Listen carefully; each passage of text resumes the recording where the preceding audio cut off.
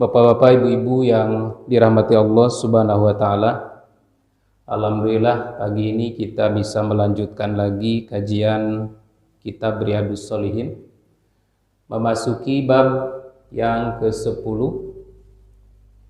yaitu bab tentang fi mubadarati ilal khairat. Bab tentang bersegera kepada kebaikan. Wa hasiman tawajjaha li khairin, dan menganjurkan kepada orang yang menuju kebaikan alal iqbali alaihi bil jaddi, agar supaya menghadapi kebaikan itu dengan sungguh-sungguh, dengan semangat, tidak ragu-ragu, min ghairi taraddudin, tanpa ada keragu-raguan. Jadi kita dianjurkan untuk bersegera melakukan kebaikan, menganjurkan orang untuk melakukan kebaikan itu dengan sungguh-sungguh, tanpa ragu, tanpa ada malas. Nah, ini kesimpulan ini atau bab ini diambil dari beberapa ayat-ayat Al-Quran dan hadis-hadis Nabi SAW. Di antara ayat yang dicantumkan oleh Imam An-Nawawi, pertama surat Al-Baqarah ayat 148. Di sini Allah memerintahkan, auzubillahi minasyaitonirrajim, fastabiqul khairat, maka berlomba-lombalah kamu sekalian untuk mengerjakan kebaikan. Jadi kita kaum muslimin, umat Islam itu dianjurkan musabaqah, berlomba-lomba bukan dalam urusan harta. Kita umat Islam dianjurkan berlomba-lomba bukan dalam urusan keduniaan, bukan dalam urusan syahwat, tetapi kita dianjurkan untuk berlomba-lombanya itu dalam kebaikan. Tetapi fakta yang terjadi sebaliknya, orang lebih senang berlomba-lomba dalam urusan harta. Saudaranya, tetangganya ganti motor baru, ingin ikut ganti. Saudaranya, tetangganya ganti mobil baru, ingin ikut ganti. Saudaranya, tetangganya punya rumah baru, ingin ikut beli. Nah, ini tidak dianjurkan di dalam syariat. Justru di dalam syariah itu kita dianjurkan qanaah, merasa cukup dengan apa yang telah diberikan oleh Allah. Kita dianjurkan untuk berlomba-lombanya bukan fid dunya, tapi fil khairat. Fastabiqul khairat, bersegeralah dalam melakukan kebaikan. Kemudian ayat yang kedua, surat Ali Imran ayat 133. Wa qala ta'ala wasari'u ila maghfiratin min rabbikum wa jannatin arduhas samawati wal ard uiddat lil muttaqin. Wasari'u, dan bersegeralah kamu sekalian ila maghfiratin min rabbikum, terhadap ampunan dari Tuhanmu. Maksud bersegera terhadap ampunan itu adalah bersegeralah melakukan amal-amal yang mewajibkan ampunan dan janji Allah yang benar. Di dalam beberapa tafsirnya dikatakan wasari'u ila maghfirati mir rabbikum, ay badiru ilal a'malil mujibati lil maghfirah bil wa'dis shadiq. Bersegeralah kamu terhadap amal-amal yang mewajibkan turunnya ampunan Allah, yang dijanjikan oleh Allah dengan janji yang benar, yaitu sari'u ila taubat. Pertama, bersegeralah bertaubat. Apabila kita melakukan kesalahan, dosa-dosa, sari'u ila taubat. Maksud ilal maghfirah itu bersegeralah bertaubat. Istighfar saat terlibat, kemudian berjanji dalam hati tidak mengulang, menguatkan hati untuk tidak kembali, dan terus bermulazamah dengan orang-orang yang mudah beramal soleh. Karena beramal soleh itu berat. Tapi ketika dibantu oleh teman kita, itu akan terasa mudah. Sholat itu berat, tapi saat dilakukan berjamaah akan lebih mudah. Menghafal Al-Quran itu berat, tetapi ketika kita berada dalam satu komunitas yang di situ semua orang menghafal Quran, maka akan terasa ringan. Sholat malam itu berat, tapi saat kita bergaul dengan orang yang rajin melaksanakan sholat malam, itu akan terasa ringan, akan ada motivasi. Makanya kunci agar kita istiqomah dalam bertaubat itu bergaullah dengan orang-orang yang soleh. Bertemanlah dengan orang-orang yang rajin dalam melakukan kebaikan-kebaikan. Ila adail faraid, atau bersegeralah dalam melakukan kewajiban-kewajiban, au ilal hijrah, atau bersegeralah melakukan hijrah.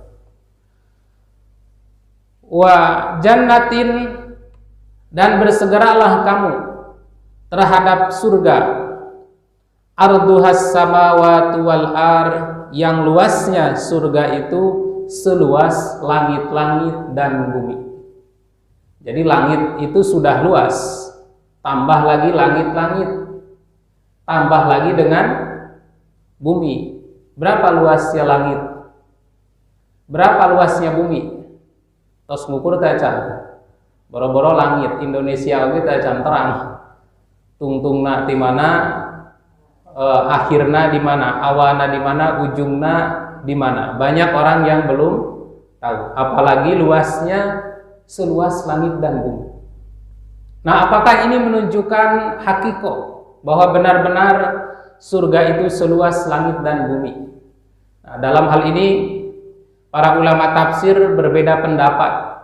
Ada yang memahami bahwa surga itu seluas langit dan bumi dalam arti zohiriyah, bahwa surga itu bagaikan luasnya langit dan bumi, artinya langit itu luas ditambah lagi dengan bumi, ibarat selembar kain disambung dengan lembar kain yang lain, maka semakin luas. Dan inilah pemahaman jumhur ulama tafsir, dan inilah makna yang zahir. Kemudian yang kedua, ada ulama tafsir yang mengartikan bahwa yang dimaksud dengan luasnya surga seluas langit dan bumi itu dalam konteks mana isti'arah, dalam konteks pinjaman, ini sebagai tasbih saja. Karena apa-apa yang ada di muka bumi ini sebagai media konversi. Jadi seringkali Allah itu memberikan konversi, perumpamaan terhadap alam-alam yang kita lihat, mengumpamakan perkara gaib terhadap alam-alam yang biasa kita lihat sehari-hari.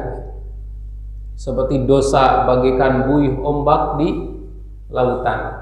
Kemudian contoh ini, luasnya surga itu seluas langit dan bumi. Nah, menurut kelompok ulama mufassir yang kedua, ini bukan makna zahir, ini bukan makna hakiki, tetapi ini makna majaz, kiasan atau kalimat isti'arah yang biasa orang Arab itu membuat perumpamaan-perumpamaan. Bila sesuatu itu sangat luas, maka diumpamakanlah luasnya seluas langit dan bumi. Kita juga ada, kalau perkara itu sangat tidak mungkin dilakukan, biasanya jauh sekali, sejauh langit dan bumi, jauh panggang dari api, sejauh langit dan bumi. Itu untuk menunjukkan tidak mungkin.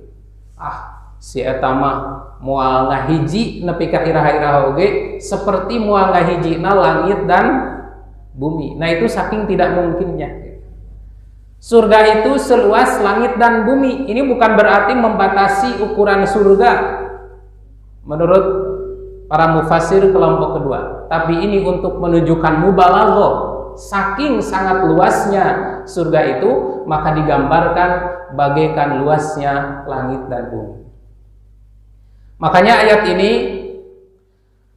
pernah menimbulkan pertanyaan atau pernah terjadi dialog tingkat tinggi antara Rasulullah Shallallahu Alaihi Wasallam dengan Raja Herakles Azimir Rum, dengan Raja Herakla pembesar Romawi. Jadi saat itu Nabi mengirim surat, dan itulah cara Nabi berdakwah kepada para penguasa-penguasa, kepada para raja-raja, dikirim surat. Dan redaksi suratnya sama, mengajak terhadap Islam, mengajak terhadap ampunan Allah, dan mengajak untuk menuju surga yang luasnya seluas langit dan bumi. Nah, pada saat Raja Herakla menerima dan kemudian membaca surat ini, lalu membalas, "Wahai Muhammad, engkau mengirimkan surat padaku, dan di situ tertulis ayat Al-Qur'an, wasari'u ila magfiratin min rabbikum, dan bersegeralah kamu untuk menuju ampunan dari Tuhanmu, wa jannatin arduhas samawati wal ard, dan menuju surga yang luasnya seluas langit dan bumi." Maka kalau begitu, fa'ainan nar, di mana neraka? Sok, kumaha nggak jawab apa? Kalau surga itu luas seluas langit dan bumi, neraka di mana? Berarti saya ada, katakanlah laptop ini besarnya sebesar Masjid Al-Masy'arul Haram. Terus bapak-bapak duduk di mana?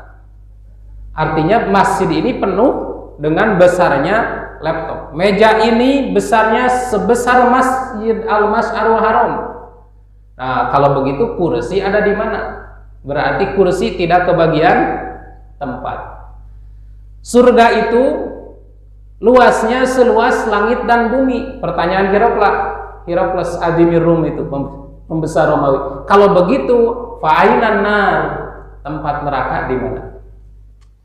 Dan ternyata apa yang disampaikan oleh Herakles ini tidak dijawab oleh Nabi Shallallahu Alaihi Wasallam, tetapi oleh Nabi dibalikan pertanyaannya. Kata Nabi Shallallahu Alaihi Wasallam, "Idza ja'al lail fa'ainan nahar." Ya, surga itu seluas langit dan bumi. Anda bertanya di mana neraka? Maka idza ja'al lail fa aina nahar. Sekarang bila malam datang, siang ada di mana? Bila siang datang, malam ada di mana? Nah, ini sama kan pertanyaannya gitu. Kalau surga seluas langit dan bumi, neraka ada di mana? Balikan oleh Nabi. Kalau malam datang, siang ada di mana? Nah, maka ini jawabannya ditafsirkan oleh Imam Ibnu Katsir. Maka makna jawaban dari Nabi Shallallahu Alaihi Wasallam itu yahtamilu maknayain, ada dua makna, ada kemungkinan dua makna. Makna yang pertama, ayyakunal makna fi zalik annahu la yazamu min adami musyahadatinal lail idza ja'an nahar alla yakuna fi makanin wa in kunna la na'lam. Bahwa apabila kita tidak melihat malam, maka belum tentu tidak ada siang. Walaupun kita tidak tahu siang itu ada di mana. Begitu juga sebaliknya, saat datang siang belum tentu malam tidak ada, walaupun kita tidak tahu posisi malam ada di mana. Maka kata Imam Ibnu Katsir, wa kadzalikan nar takunu haitsu sya'allahi azza wa jalla. Maka demikian juga neraka itu ada sesuai dengan kehendak Allah azza wa jalla. Jadi kumaha Allah kan? Kalau kita sudah masuk surga, nggak usah bertanya-tanya mana neraka, terserah Allah. Dan pada hadis-hadis dijelaskan bahwa satu saat ketika ahli surga sudah masuk surga semua, ahli neraka sudah masuk neraka semua, situasi sudah tenang, orang sudah sibuk dengan kenikmatan, saat itu mulailah ingat terhadap saudaranya. Mana tetangga saya kok nggak ada, padahal dulu bareng-bareng ke masjid. Teman saya kok nggak ada, padahal dulu bareng-bareng suka ke masjid. Kemudian ditanyakan, kepada malaikat, ditanyakan kepada Allah, di mana teman saya, di mana sahabat saya? Tuh di neraka. Kemudian akan diberi izin untuk nengok teman-temannya di neraka. Sampaikan ada pertanyaan dalam Al-Quran, ma salakakum fis saqar? Kenapa kamu itu harus mampir dulu di dalam neraka saqar? Ternyata jawabannya, lam naku minal musallin, karena dulu kami ini tidak melaksanakan sholat. Nah, banyak alasan-alasan orang mampir dulu di neraka. Nah, ini bukan berarti surga seluas langit dan bumi lalu neraka tidak ada. Maka makna yang kedua, kata Imam Ibnu Katsir, ayyakunal mana annan nahara idza tagsha wajhal alim min hadal janib fa innal lail yakunu fi janibin akhar. Atau boleh jadi maknanya ketika siang menutup malam atau malam menutup siang dari satu sisi, maka malam ada di sisi lain. Ketika terjadi siang di satu sisi, maka malam ada di sisi yang lain. Seperti hanya di alam ini kan tidak semua malam, ada yang tempat itu siang. Maka fadkalikal jannah fi a'la illiyin fauqas samai tahtal arsy. Demikian juga surga itu ada di bawah al-illiyin, fauqas samawat, di atas langit, tahtal arsy, di bawah arasy, wa arduha kama qala ta'ala ka'ardis samawati wal ard, yang luasnya sebagaimana difirmankan oleh Allah Subhanahu wa taala, seluas langit dan bumi. Wan naru fi asfalis safilin, dan neraka itu ada di tempat yang paling bawah.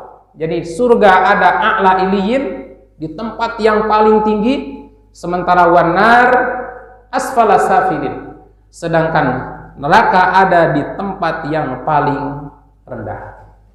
Nah, itu penjelasan dari Imam Ibnu Katsir terkait jawaban dari Rasulullah Shallallahu Alaihi Wasallam terhadap Raja Herakles yang bertanya tentang surga. Kalau surga seluas langit dan bumi, fa'ainan nar, di mana neraka? Jawaban pertamanya, ya terserah Allah. Seperti saat malam datang, siang ada di mana? Siang datang, malam ada di mana? Atau ketika siang datang, malam ada di satu sisi, malam datang, siang ada di satu sisi, maka surga fi a'la illiyin, ada di tempat yang tertinggi, dan neraka asfala safilin, ada di tempat yang paling rendah. Dan tentang keluasan-keluasan surga ini banyak hadis yang menjelaskan.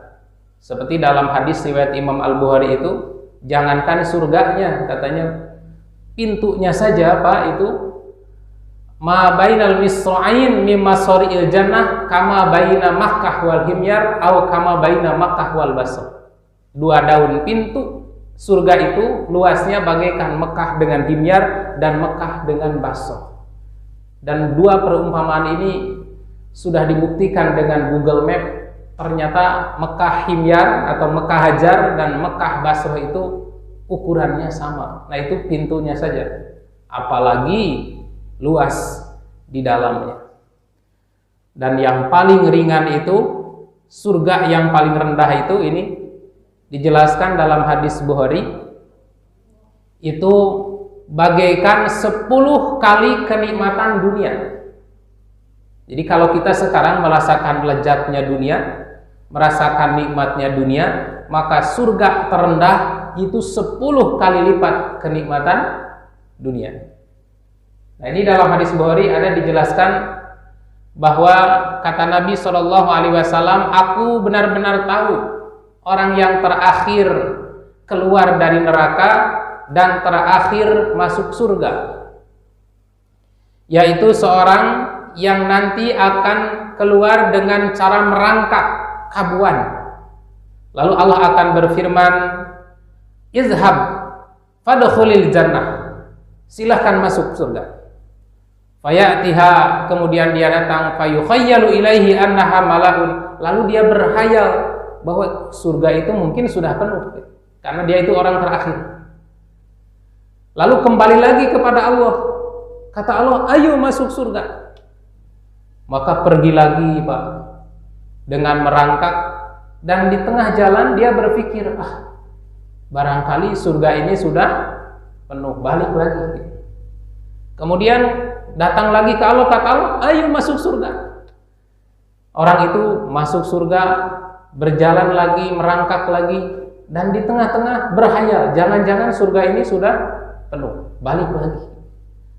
Kemudian setelah itu Allah berfirman, fadkhulil jannah fa inna laka mislad dunya wa asyratai amsalihah. Kata Allah, silakan masuk surga, karena bagimu kenikmatan surga itu bagaikan kenikmatan dunia dan 10 kali lipat. Jadi kalau kita sekarang merasakan lezatnya dunia, merasakan nikmatnya dunia, maka terendah, ini gambaran konversi ya. Sekali lagi gambaran konversi yang dibuat oleh Allah dalam hadis ini, bagaikan 10 kali kenikmatan dunia. Kemudian fayaqulu, si hamba ini berkata, taskharu minni, apakah engkau menghinakan aku? Jadi nampaknya tidak percaya gitu. Karena dia mungkin sejak dunia meragukan terhadap janji Allah. Nah, ciri orang yang meragukan terhadap janji Allah itu menunda-nunda amal, menunda-nunda amal soleh. Dia tidak merasa takut terhadap ancamannya, dan juga tidak ada ketertarikan terhadap janji-janjinya. Nampaknya orang ini nggak percaya. Sampai sudah dipersilahkan, ayo kamu masuk surga, bagimu 10 kali lipat kenikmatan dunia, malah balik bertanya, taskharu minni, engkau ini mau merendahkan aku? Aw tadhaku minni, engkau mentertawakan aku?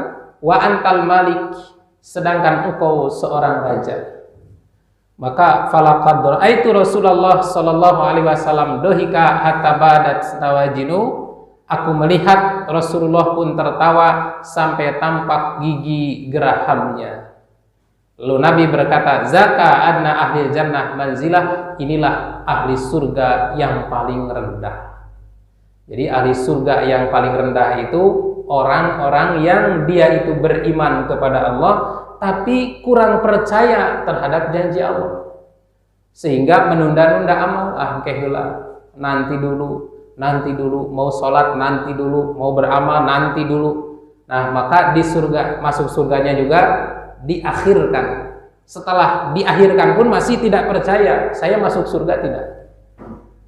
Nah, itu gambaran dari orang yang adna ahli jannah. Fal awwalu, hadis yang pertama, an Abi Hurairah radhiyallahu anhu.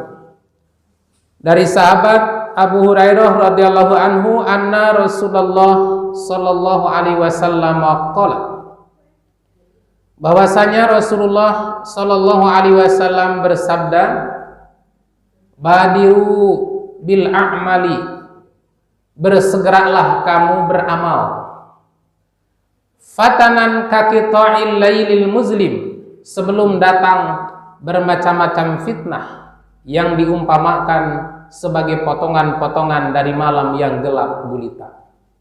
Jadi satu saat menurut hadis ini, di akhir zaman fitnah itu akan datang bertubi-tubi, Pak. Selesai fitnah ini datang fitnah lain. Selesai fitnah ini datang fitnah lain. Selesai fitnah ini datang fitnah yang lain. Makanya ketika ada kesempatan beramal, jangan ditunda-tunda. Karena boleh jadi di waktu berikutnya, di kesempatan berikutnya, kesempatan beramal ini tidak ada. Karena orang ketika melakukan kebaikan itu ada saja hal-hal yang menghalanginya. Sampai kata Nabi SAW, saking derasnya fitnah di akhir zaman itu, yusbihur rajulu mu'minan, pagi-pagi orang masih beriman, wa yumsi kafiron, sore hari sudah kafir. Wa yumsi mu'minan, sore hari masih mukmin, wa yusbihu kafiron, pagi hari sudah kafir.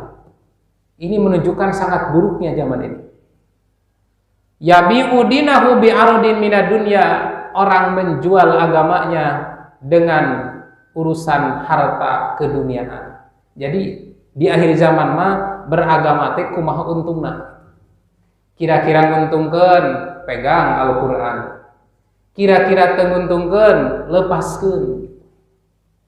Makanya pernah ada seorang yang bertanya kepada seorang ulama, "Wahai Syekh, apakah kita ini akan melewati satu masa di mana di masa itu orang memegang agama bagaikan memegang bara.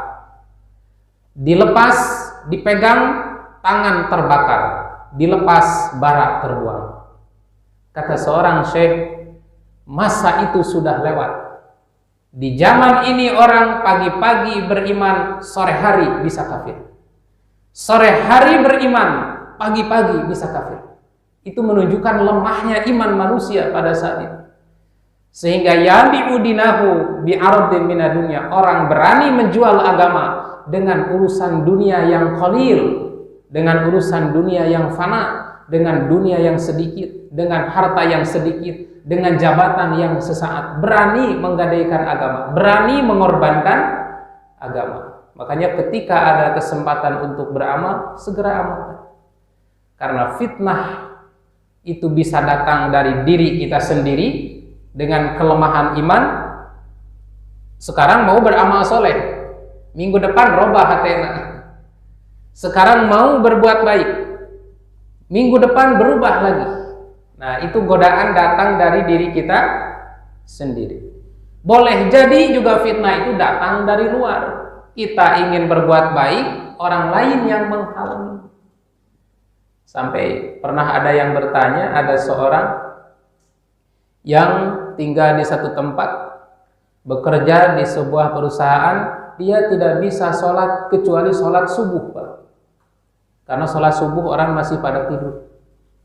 Sholat duhur, asar, maghrib, isya tidak bisa. Tidak bisa melaksanakan sholat kecuali di toilet. Boleh nggak? Dia tidak bisa melaksanakan sholat kecuali di toilet, pura-pura ke kamar mandi, kemudian sholat. Itu saking tidak bisanya melaksanakan ibadah. Tapi alhamdulillah di kita di Indonesia masih bebas ya. Sholat masih bebas, pengajian masih bebas, nggak perlu izin RT RW. Mau ngaji kapan saja silahkan, asal patuhi protokol kesehatan. Di tempat lain sudah susah. Jangankan untuk pengajian seperti ini, untuk sholat saja susah.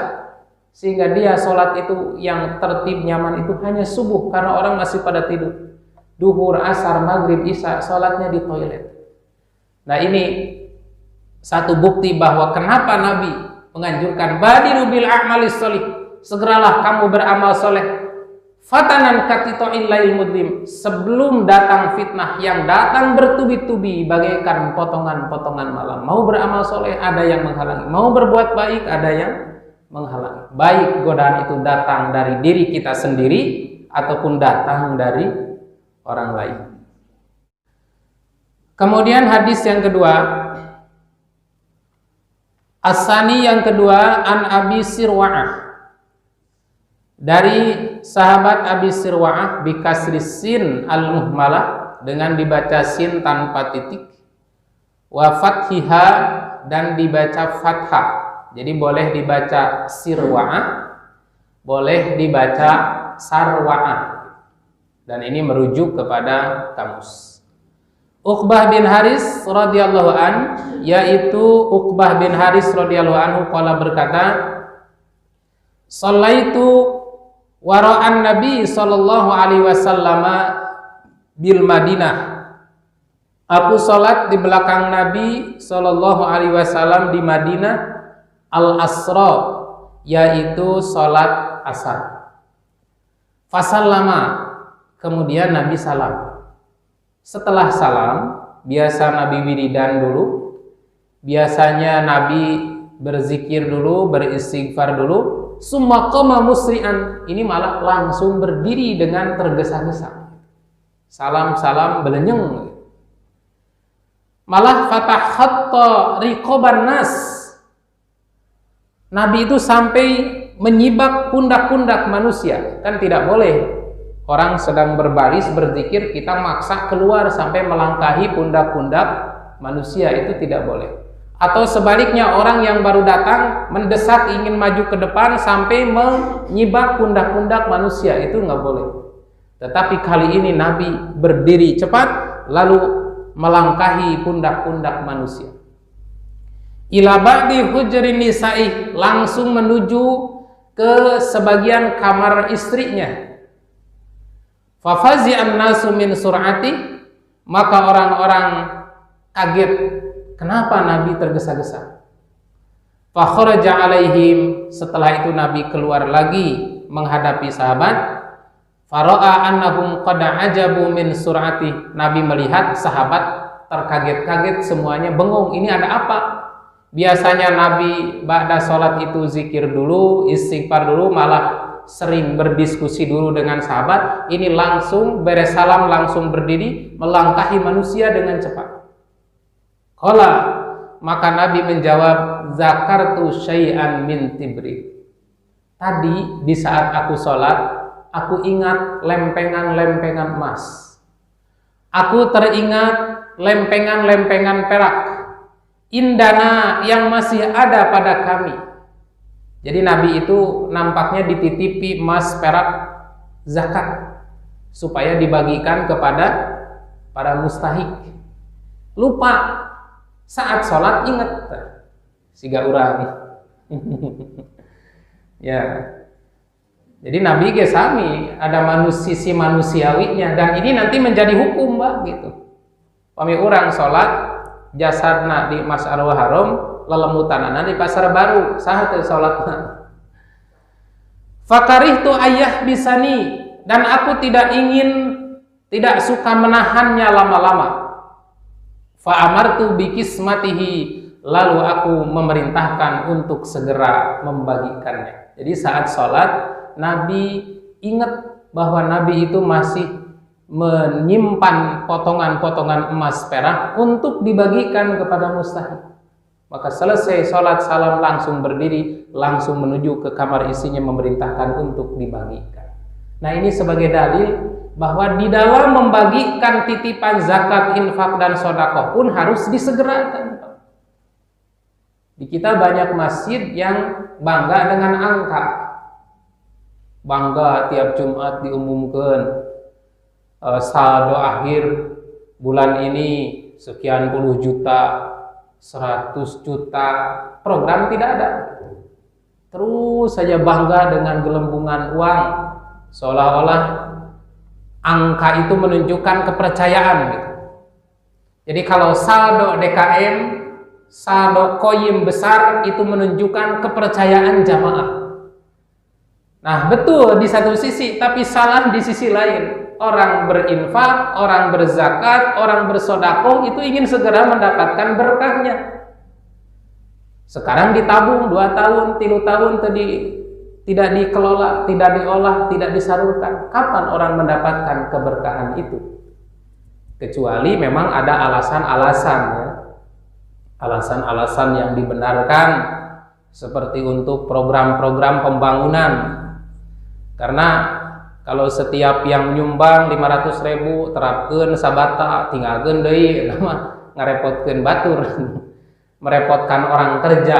Nah, itu biasanya ditabung dulu sampai perkiraan minimal bisa berdiri 50%. Tapi kalau tidak ada kepentingan apa-apa, program tidak ada, ini uang diendapkan, dikenceleng, disimpan di bank, padahal ini titipan zakat, infak, dan sedekah yang harus segera dibagikan.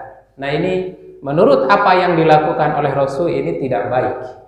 Karena orang berzakat, berinfak, bersedekah itu ingin segera mendapat keberkahannya. Lebih cepat disalurkan, lebih cepat diberikan kepada mustahik, lebih cepat orang yang menitip itu mendapatkan barokah.